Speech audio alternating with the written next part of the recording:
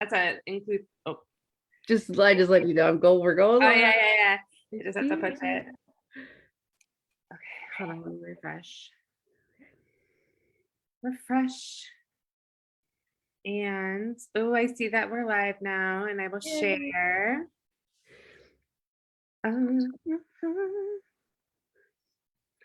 Production stuff, people behind the scenes. This is like if I had a Patreon channel, I'd actually get, this. Oh yeah.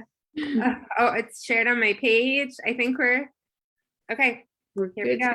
Oh, all right. So good morning, everybody. So this is the Autastic Artists podcast. We are minus 2 people this morning. That is okay. Duante had a busy weekend in California, doing all kinds of shows with some of my favorite comedians from Hypothetical Network. I don't know if you know about that, but the Funky Sam Medina, Asina Rodriguez, Erie Diamond. I mean, they were all out in full force this weekend. So if you can't, go check them out, because they're really cool, cool people. Janejira, she's just MIA this morning. Janejira is probably sleeping now. It's early. It is early, but that's okay. So this morning, I am definitely not going to imitate Duante in any sort of way because that's just not who I am. That's a Janejira thing. So we're going to get this party started with Miss Mick Sarah this morning. And if we don't know, Sarah is the Autistic OT. And this was actually something that I I guess the term is fangirling, but I call it fan like flapping. Yeah. Because so I followed your page, oh my gosh, so long ago. I just hit the like button when I was, looking for resources for my son. Mm-hmm. And then all of a sudden, I can't remember what started a conversation between me and you. And then we started talking, got to know each other. And then now my son is actually BFFs with one of your followers in Oregon, which is just, it's just weird how all this like small world thing works. And so I just have to say thank you for being here this morning.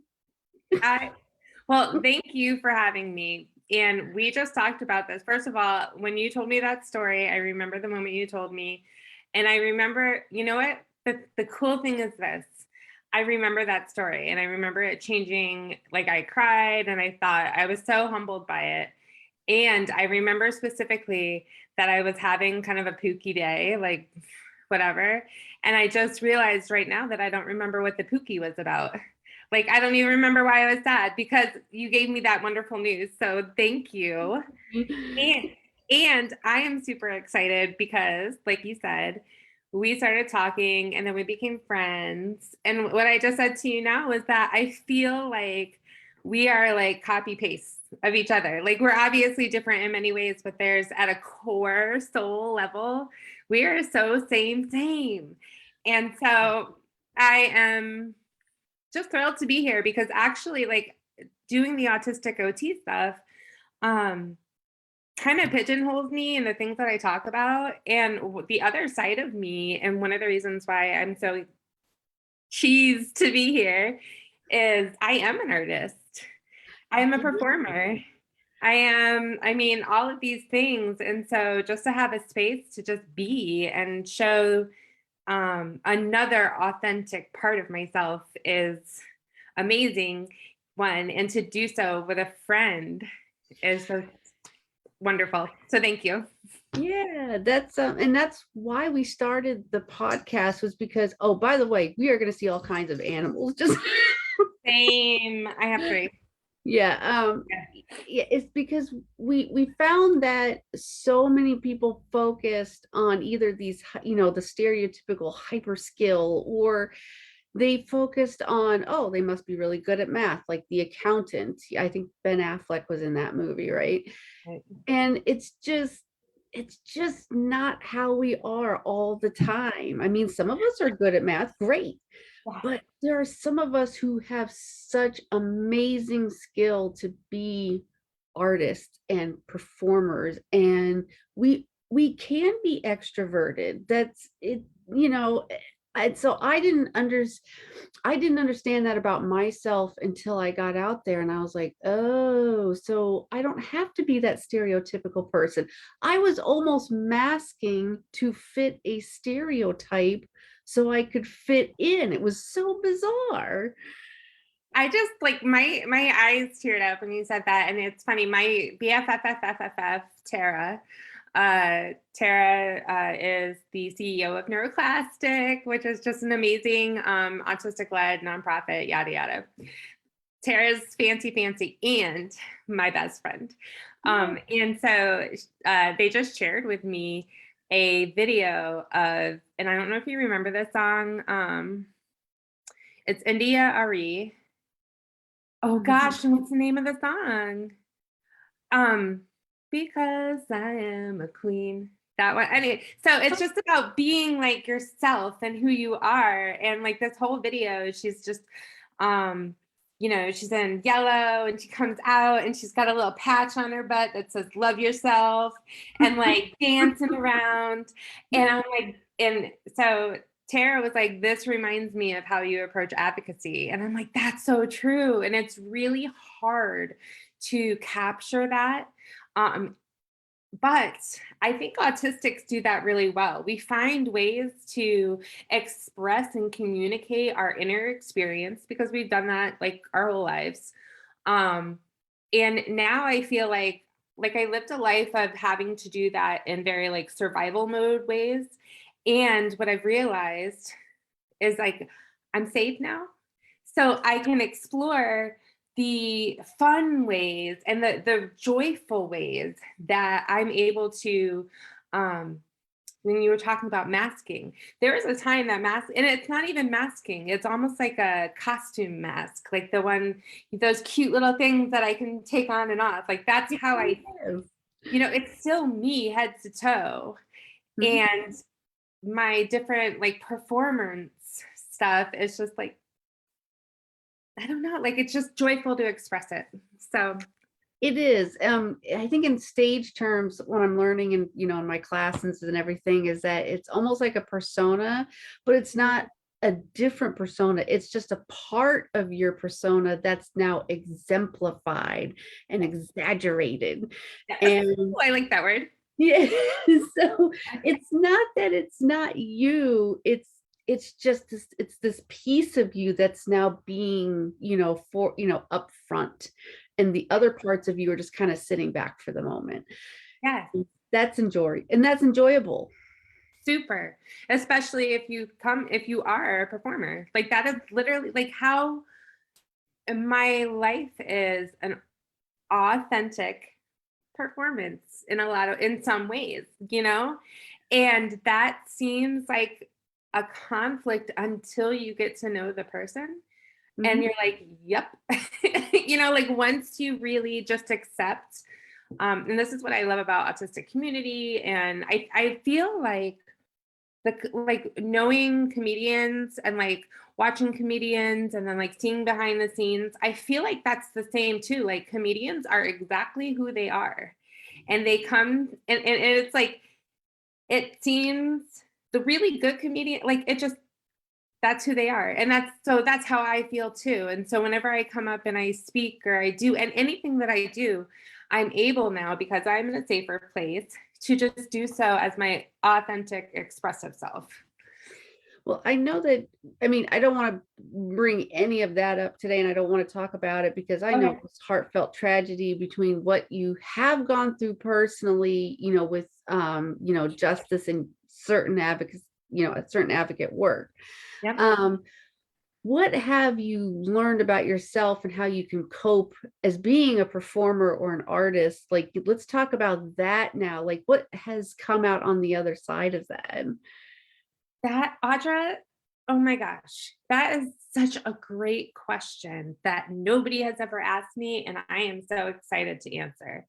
When, all that personal yada yada stuff with, like anybody can Google search it. that I'm in an ADA lawsuit.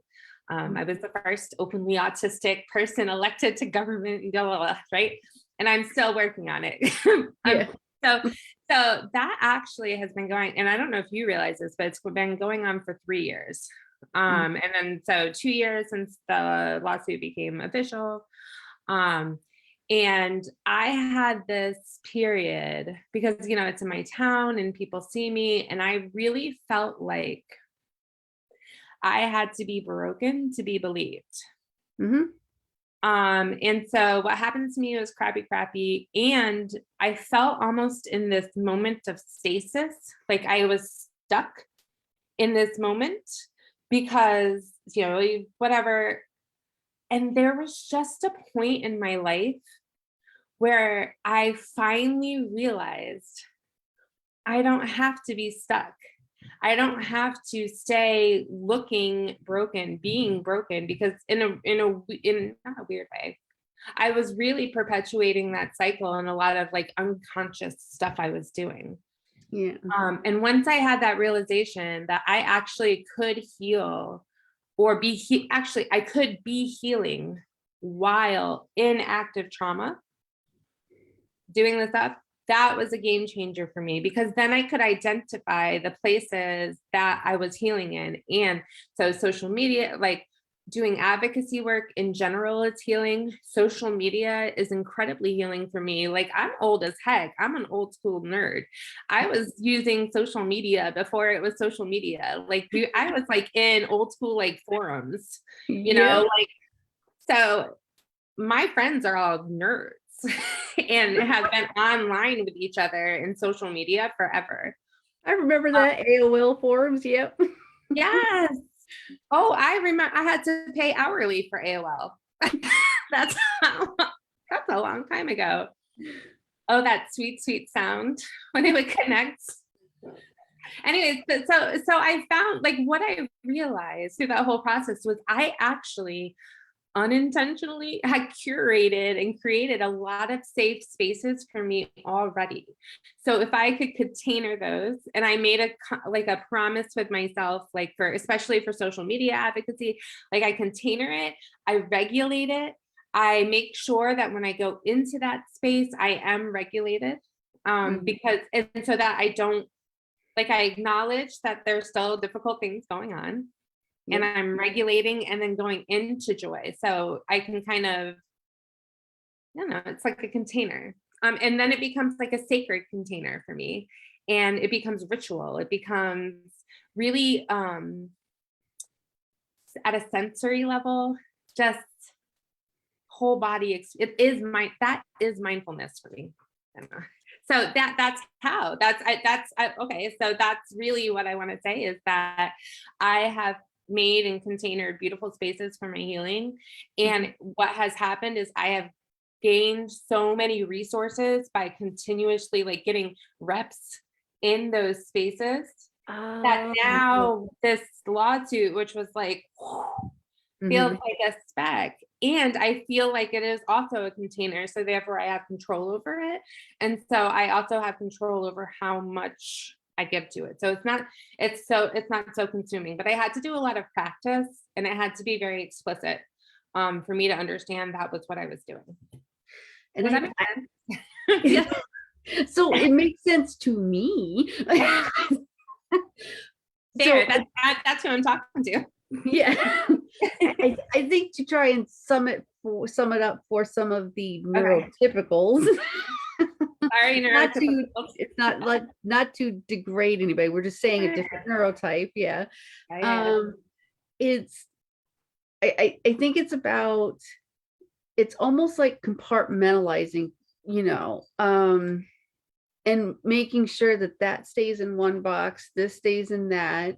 And so that way you're regulated before you go into maybe a bad situation, and you know how to regulate in the safe space first before you go into the next box. It's almost like jumping from one box to the other. What I think a lot of kids have a hard time learning growing up, especially if you're not diagnosed or you don't have those good providers, is how to regulate when you're moving from one part to the next. And autistic people are famously sucky at transitions. And that's why. Right. That's why. Because it's a literal, every transition is a completely new container, a completely new mindset, a complete new, and there's actually psychology that backs this up. Like the literal, like crossing the threshold. Like, so when you go from one room to another, there's a psychological something the psych people know. But I think about that from an autistic level, and we almost, for me, that's almost like a sacred thing, like going in from one space to another, and I need more information, more time, more space to process and orient to where I am. That's all. Right, exactly. And I always like to tell people, do you remember back in the day when MapQuest used to be a thing? Yes. Or it would literally tell you, walk out of your door, down your driveway, and drive out of your driveway, down the hall. So I tell parents that when I'm coaching them, think of my brain and your kid's brain like MapQuest. We need explicit, simple, concise instructions on how to get from that step to this step. And it's not because, like I said, that we're not smart. It's just that sometimes when we're not regulated, we cannot figure out how to get from one step to the other. Like you said, transition. And I'll tell you why. I'll give you neuro words for that. So autistic people are people on the autism spectrum, yada, yada, but mostly actually most neurodivergent people actually have a quote unquote deficit, whatever, but with this thing, visualization. And so it can be on a spectrum. Difficulties with visualization can be on a spectrum from aphantasia, meaning like cannot visualize at all. Like they cannot, if I said, imagine a blue spiky purple and pink polka dot ball, they would, somebody with aphantasia would not even be able to conceptualize that. And then right now it's like, right? Dysphantasia is difficulty with that, right? So it's a spectrum, and it's number one, super interesting. This is very, very, very common with artists. And in fact, a majority of the Pixar artists identify as having aphantasia. They cannot conceptually visualize, right?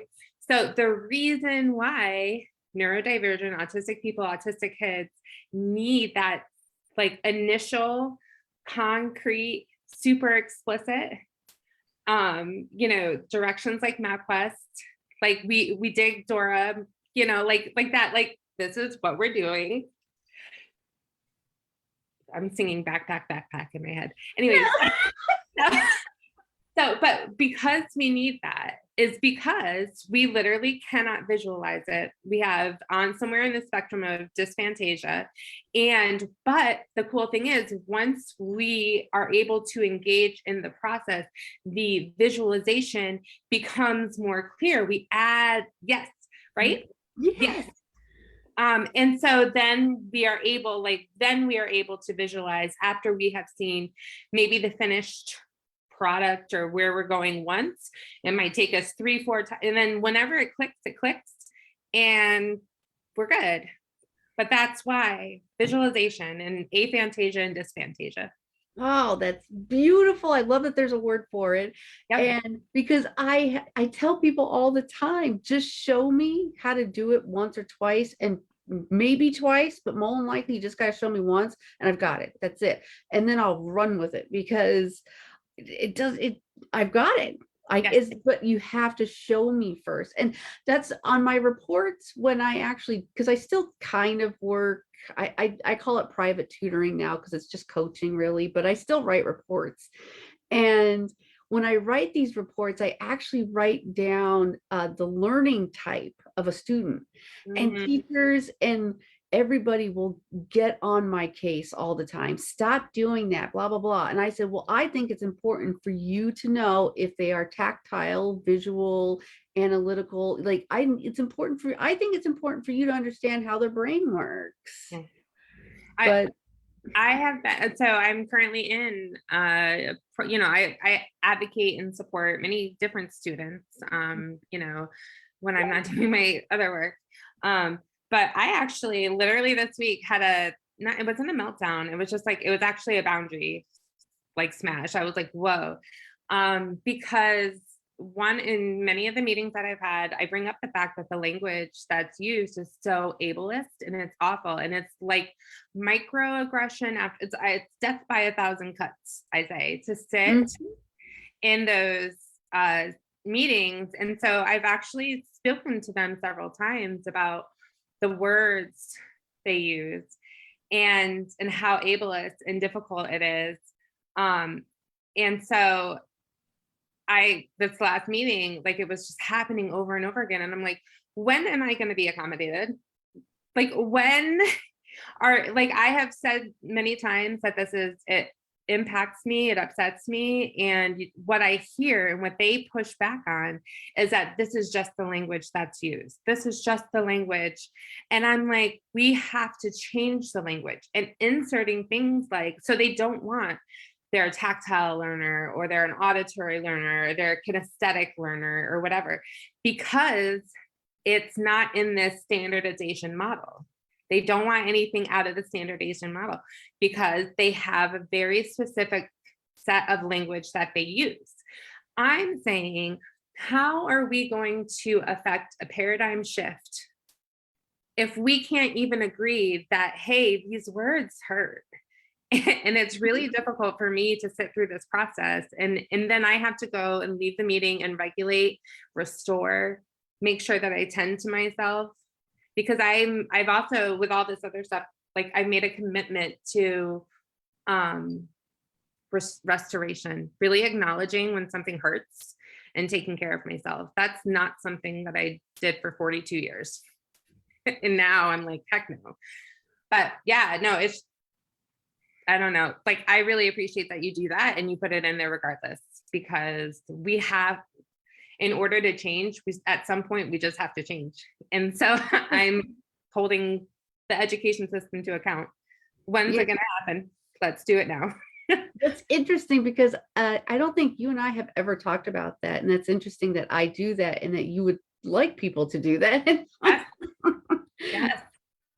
Yeah. And I have just stopped fighting with them about it. And I just do it because I figure that someone else will like it. And I'm hoping they'll copy me. Yes. And continue continue to do it. Seeds of change, Audra. We plant those seeds and we don't know what happens, but they do grow. Yep. That's all we can do. So I have to ask, just for our audience, because I'm pretty sure I know the answer just because I followed you for a while. Okay. Late diagnosis, or were you early child?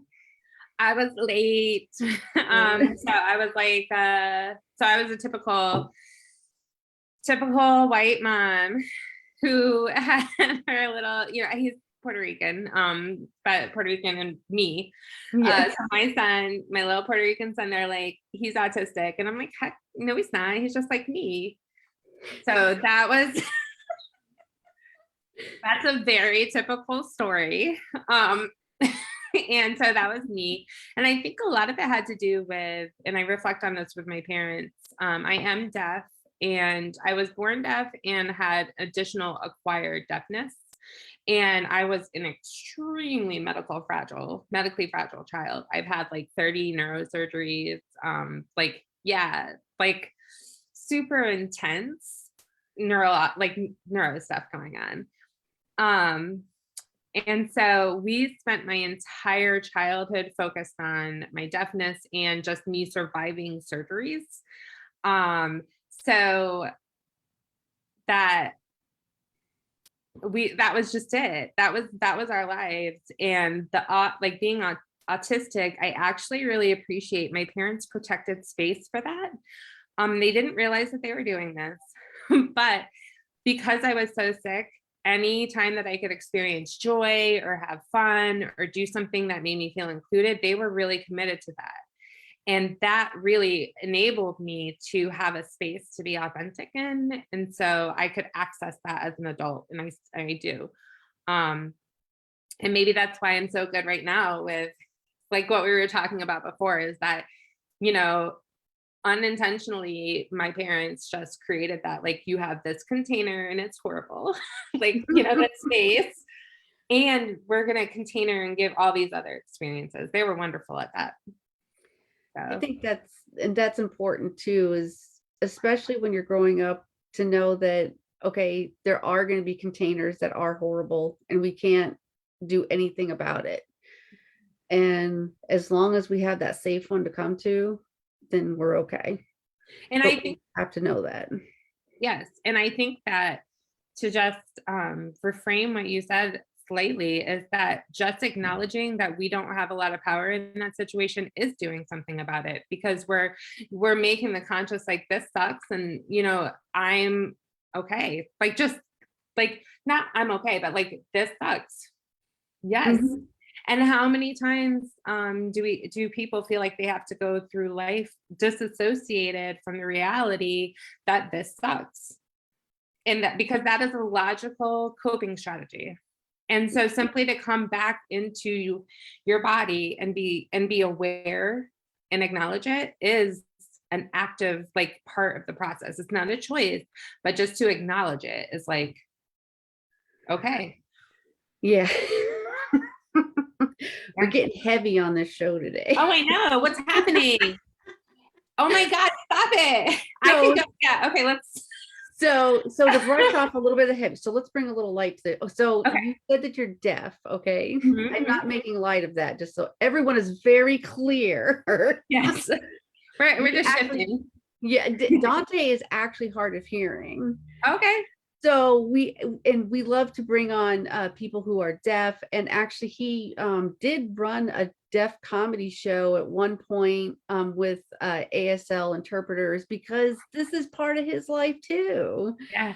And so part of my show and my act to incorporate and be inclusive is I do like I do ASL, a couple of sign languages in my act.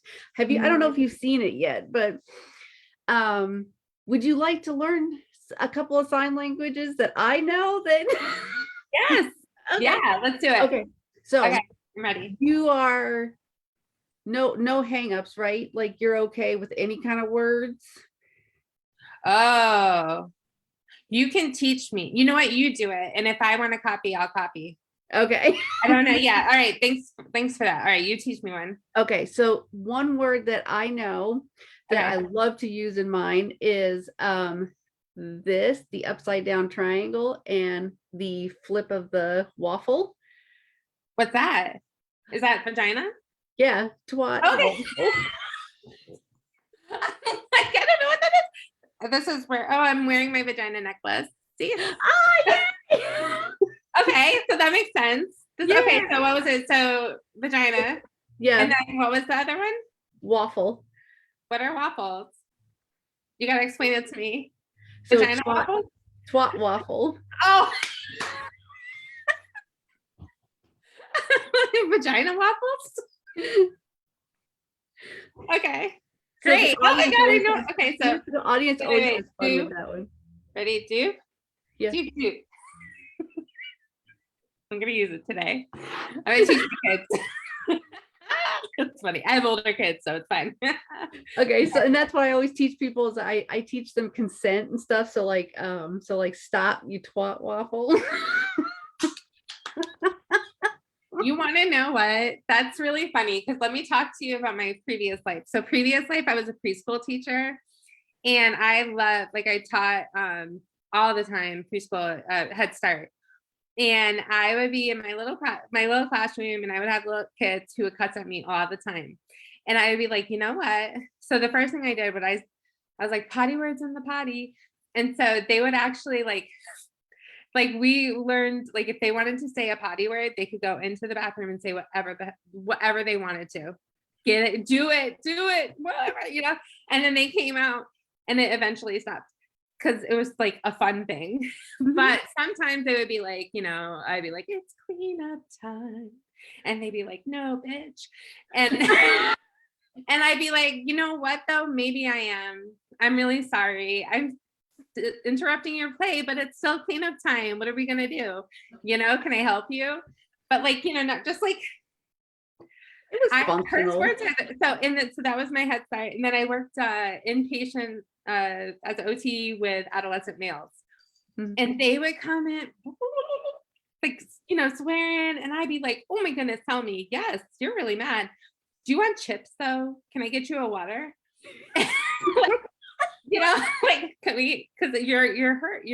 And what is really interesting, neuro stuff again, cussing has an analgesic effect on the brain. It's literally pain relieving.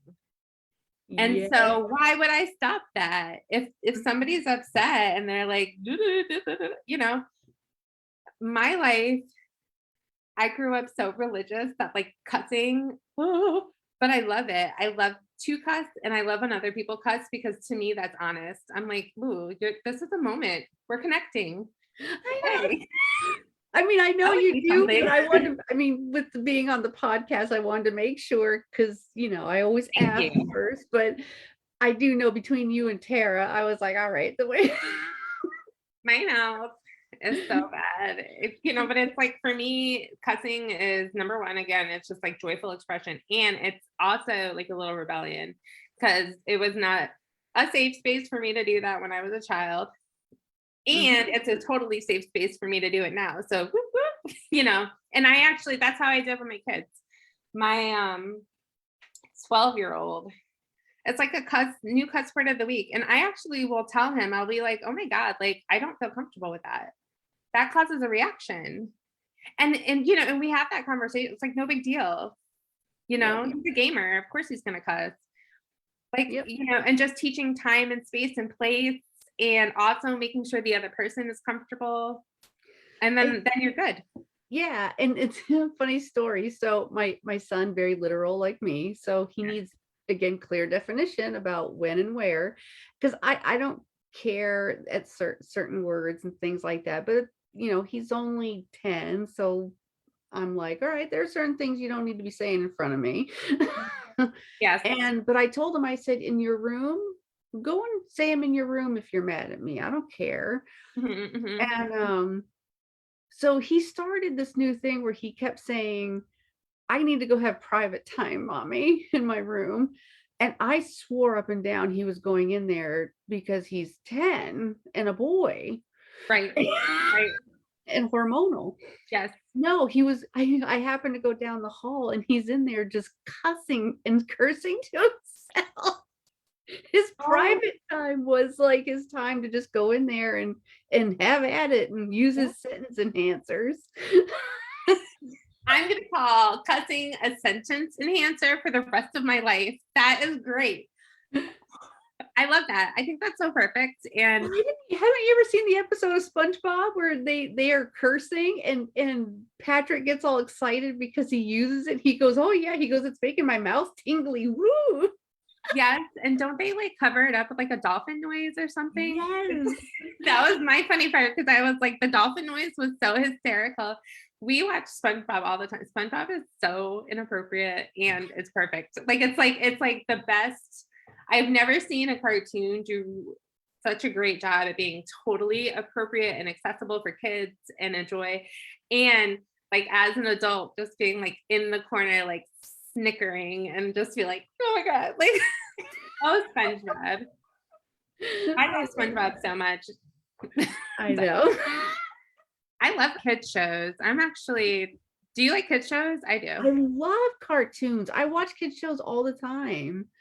I just sent my friend Kate, I want to watch with her. It's a hybrid, it's going to be on Disney Plus, and it's a hybrid like reality show / role-playing game. And so it's a reality show with these kids, but they go into like a magical elven world and they have like, and then it becomes like the Greatest Race kind of stuff. So they have like tasks and they're competing, but there's like elves and dwarves and like I'm like, what? You watch it. It's like a real life Lord of the Rings kind It's produced by of. I don't know who for Lord of the Rings. I don't think it's Peter Jackson.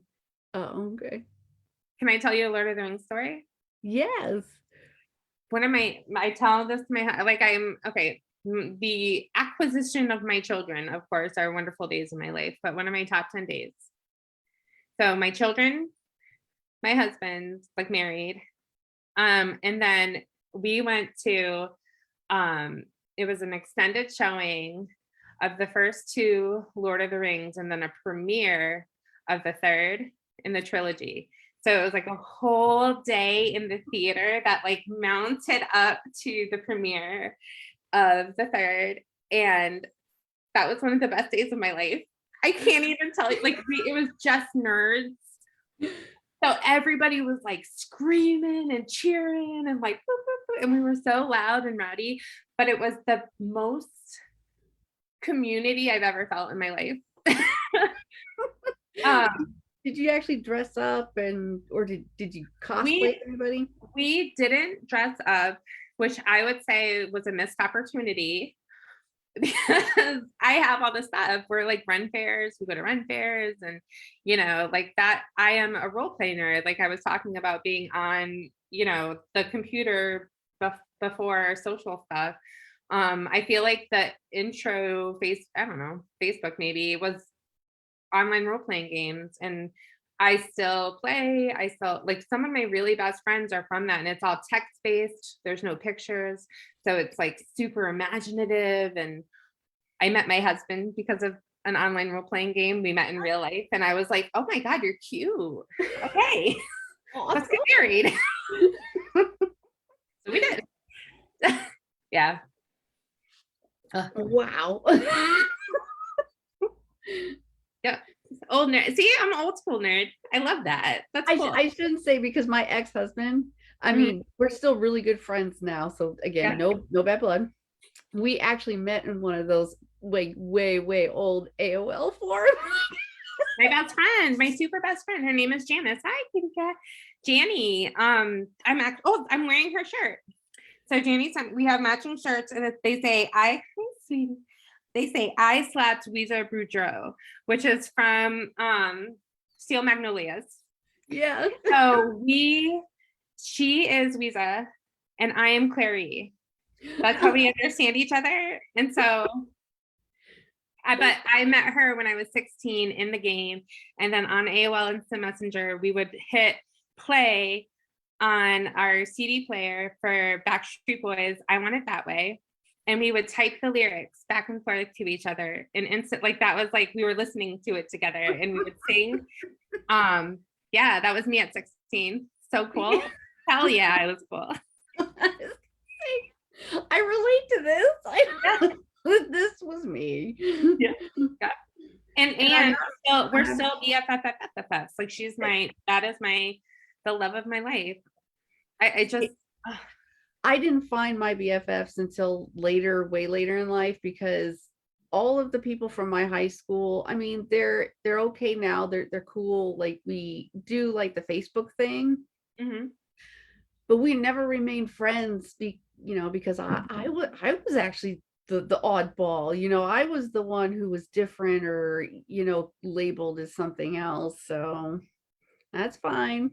I get it. I got friends now. We're good. So it's so interesting that you say that, because Danny lived in North Carolina and I lived in Connecticut. So I'm trying to think. I do have some friends from high school, but like we do connect on Facebook.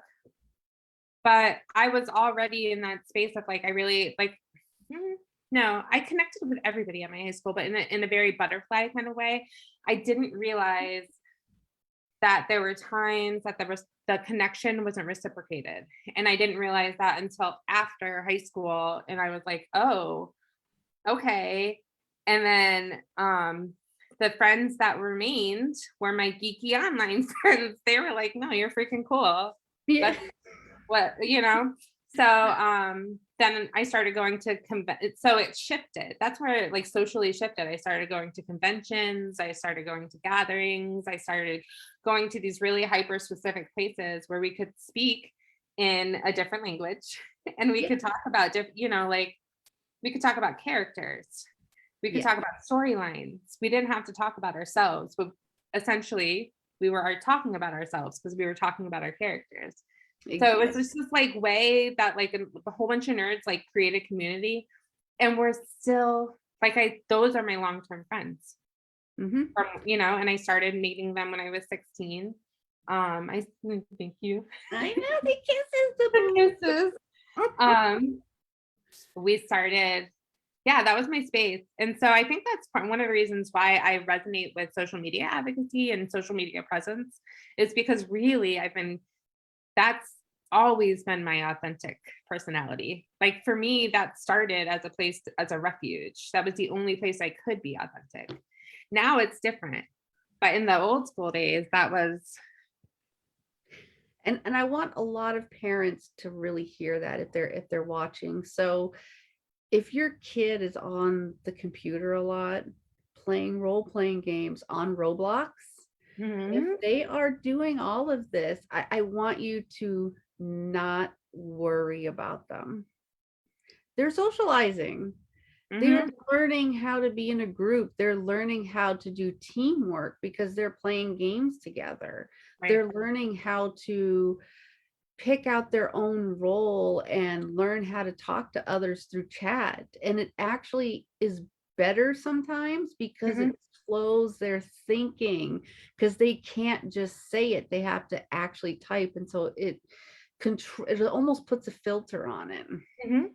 And and I just want, and so it sometimes it makes me sad because I hear parents say, well, my kid doesn't have any friends. And then I'll go assess the kid, and then the kid's got like 100 friends. They may be online and they don't see them in person all the time, but they'll face chat, they'll Skype, and they'll, role play online and whatnot. And so I'll have to, tell parents that, hey, this is all valid as long as, again, with stipulation, as long as you're monitoring it as a parent Mhm. and making sure that it's safe, Mhm. um, that's okay.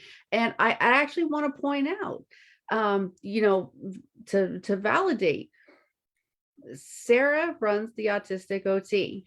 Mhm. One of their followers um, contacted Sarah. Sarah contacted me and said, hey, I have a follower who's looking for a kind of a social skills situation, some coaching for their kid, and they live in the Pacific Northwest. And I know you're there, so I'm recommending you. Okay, great, awesome. So I did some coaching with this particular child. This kid is now best friends with my son. Yeah. And they chat online all the time, every day. Not a day goes by that those two are not talking to each other. And they video chat, they play on Roblox. And we even made the trip to go down to Oregon and see them in person because they like each other so much. Right. And so I just want to tell people out there that as long as you're, again, as a parent, you're making the effort to keep them safe and you're monitoring, Mhm. online friendships are valid. Mhm. So Yes. I'm like, imagine me like shooting off like streamers for that because yes, absolutely. yeah. And And like, and honestly, I think you and I are yeah, a valid reason for that. oh my God, yeah, Audra, we literally are like we're an online friendship, and look at like the things that we've been able to do together, and we've connected, and we've learned from each other, and all of these beautiful things. And it's not less. In some ways, my online friendships, I don't want to say are more, but I just feel more comfortable. I just feel more comfortable being authentic online. And so again, it's about reps, right? Getting opportunities, getting experiences, having those connections. And then when you're ready, you might take, or you might go out and find a friend locally and stuff like that, but it's going to be authentic and you know who you are. With identity development, the way that we understand ourselves is often by how other people react to us.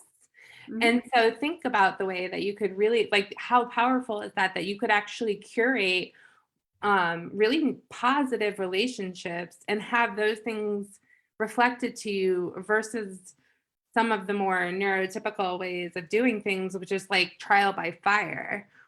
Like Right. you're thrown into situations with 30 other people and you're like, it's a really special place. And yes, I talk to my son all the time, and we have very explicit talks about like what should you be like concerned about.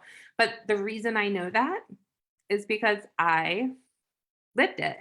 And so in addition to knowing the early tricks, I say up on the more recent tricks of people who are, trying to take advantage of other people online, and give him a lot of tools so that he can critically, like he's at that point of being able to analyze while I'm still in the background. Like his computer is in our living room and I'm right there. And Exactly. so there's going to be a day where that transitions, and my responsibility is just to give him the tools and the opportunities to practice.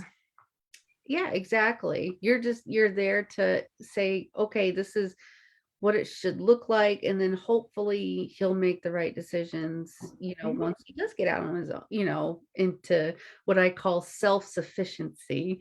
It's not always independence, it's not always by yourself. I don't like saying that. It's just self-sufficiency. We are interdependent beings, like there's never, I think that I always feel uncomfortable in a little bit, like even in like my professional world is all about independence. And I'm like, is it? Or how do we define independence? I don't think that means doing things on our own. No. So for a lot of people. That's why I call it self-sufficiency, because self-sufficiency is learning how to ask for help. Yes. Yes. Yeah. Be able to critically like reflect on something and be like, that really didn't go the way that I thought it was going to go. And who can I go to for help? Who can I go to as like another set of eyes, another pair of ears, or another presence? Wow. I just realized that phrase is a little ableist, and I'm deaf. Sorry. Just like, what if your ears don't work? But sorry. So but just another presence, another person to have their perspective, and you can like then negotiate like what is happening here, no judgment, like just and what could you do next time, or what, that kind of stuff. And people they really make such a big deal out of it. And I'm like, that these are literal skills that you have to actually develop, and there's no timeline on that. Childhood is 25 years. Our brains are developing for 25 years. So really, my cat is so aggressively loving. Please tell me the cat's okay. Yes, the cat is okay. So yeah, no, and just like be chill about it. Like, of course you need extra, like, of course you're developing, and of course you're going to make, like, there's going to be something that happens, and maybe it's a little uncomfortable, and I want you to be able to come to me and like know that I'm here to be a support. And I'm not into hierarchy. I have my tattoo. Oh my God, I never know how to so this tattoo, it's a clover, and it's the clover from Horton Hears a Who, and it's got the little speck on top of it, right? A person's a person, no matter how small. That is my guiding principle for children. They're people. So I'm here supporting another person, not like hierarchy kind of thing. Right. Yeah. I don't know. They have thoughts, they have feelings, and they get to have them. Yes. Yeah. So I just want to recognize that cat butt in your face is a sign of love. So that cat really loves you. Yes. And you know what? It took a long time for that cat to love me. He was a rescue when he was a kitten, and he totally super trauma. And it took 4 years before he would let me pet him. Oh, I've been waiting. So like what you're seeing is my joy, like, because it wasn't until maybe a couple months ago that he started doing that and actually like getting up on things. I think he's almost at the point that he might get in my lap. I'm like, Oh. but really, like it took that, and I think that kind of ties nicely with, people in general. Sometimes it just takes, they have stuff to get over, they have stuff to heal. That was my cat. My cat had a lot to heal, and we just had to be we just had to be there. And now, look how much love, like he always loved us, but now it's expressed different. Yes, that's so cool. Well, I mean, we're getting towards the end of our show here, which has been amazing. So much fun. I know. Usually we play the lightning round game, but it is kind of hard when we have our two missing co-hosts. Okay. So we'll go ahead and skip that game today. The only thing I'll ask you is I have two for you. One, what is your favorite dinosaur? Oh my God, a triceratops, because it has the name Sarah in it. I'm so vain. No, I just love that. So Sarah, and then in Land Before Time, I'm pretty sure the triceratops was Sarah. And so, but like spelled differently. Yeah, you're right. Mm-hmm. Yeah. That And was so like one of my favorite movies as a kid, right? Oh my God, it messed me up so good, and I loved it. I was the kid who loved crying at Disney movies and the whole, or any kind of like wreck me. Let's go. Let's get emotional at like 4. Actually, yeah, I can still hear the soundtrack to that movie. so good. Nothing ever effed me up like The Land Before Time. So, all right. So then the very last part of the show is we always like to have you ask us a question. Okay. If you would like, so we always ask you things or, the flow of the show, but what do you have for us? I would really like to know how being autistic makes you the best comedian. Like, what's the intersection for that? That's a good one because I get that asked a lot. Do you? Oh, shoot. I do. No, Doug Belcher asked me about that when I did an interview with him. Mm-hmm. And just in general, like when people ask me after shows and things like that. It honestly is echolalia, I think. Mm-hmm. And just it was a special interest. I've loved comedy all my life. I've watched George Carlin, Sam Kinison, I mean, everybody. And what I do is instead of watching or listening to music or watching TV shows, I would watch stand-up comedy. Mm-hmm. And memorize their routines. I'd memorize their movements, the tone. And I didn't realize until late in life that, oh my gosh, I can do this. And then I started writing my own stuff. Mm-hmm. And so here's the crappy part. Mm-hmm. When you spend your entire life memorizing someone else's movements and routines, how do you make your own? Yeah. So that's where my learning curve is coming in right now. I'm so excited for you. Yeah. It's what an opportunity. Like, you know what I mean? Like to really to be so thoughtful in how do I exist in this space? Wow. And I've enjoyed every moment of it, even being heckled. Sometimes they don't laugh. My jokes don't always land every time. And honestly, I enjoy it. I think because I'm in this phase in my life where I just don't give a crap what anyone thinks. Yep. I resonate with that so much because that's the same with, all the like presentations that I do and the workshops that I do. I see a lot of parallels to the way that comedians work and the way that I work as somebody. Like I really have, like I have this important thing or these funny thing or whatever, like I have something that I want to present to you. And to me, I'm all about access points. And so how can I make these words be accessible to people in a way that challenges them and makes them feel like like they can laugh at themselves, or you know what I'm saying? Like, you know, so I see a lot of parallels between what we do. I see a business proposition happening here for Oh my, presentation and a comedic routine, sketch comedy. I'm down. I'm down. I'm so, oh, that would like, I hope you see my face turning super red, or because that's exciting. I'm down 100%. Oh, FYI, do you know Jen Etchelson? Yes, I love Jen. So Jen used to be a comedian too. Why are there so many you know why? Because autistic comedians are just truth tellers. Because we're funny. We're funny. We're funny. We're funny. We're funny. We're so hysterical and we're truth tellers. And like you said, we don't give a crap.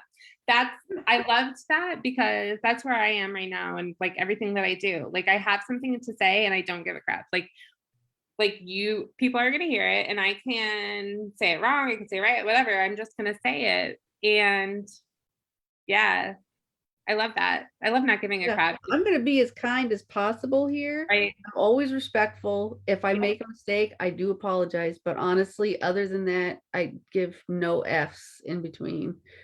I think it's the give no F's and about like, you know, we're giving like max respect, max all this kind of stuff.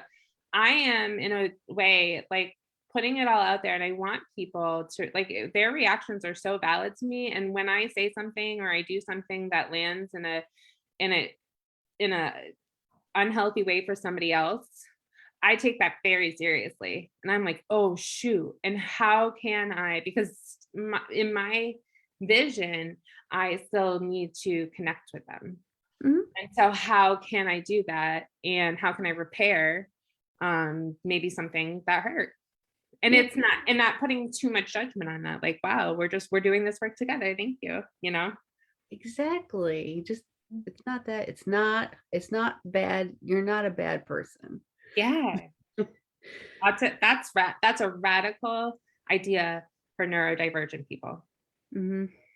When you mess it up, you're not a bad person. You're trying is what you're doing. Sweet. Now let's have some feedback. No. All right. So today's guest was Sarah from the Autistic OT. You can find them on Facebook. Also look on Suitman Productions for all of our future comedy shows. I know for sure Raw Comedy is on Saturday, the second Saturday of every month, which I host. You're a polite kitty, ha ha ha. And maybe you'll get to find out how I actually got that name. This has been the Autastic Artists, and we will see you next month on the first Sunday of every month. Thanks, guys. Yay. Bye, everybody.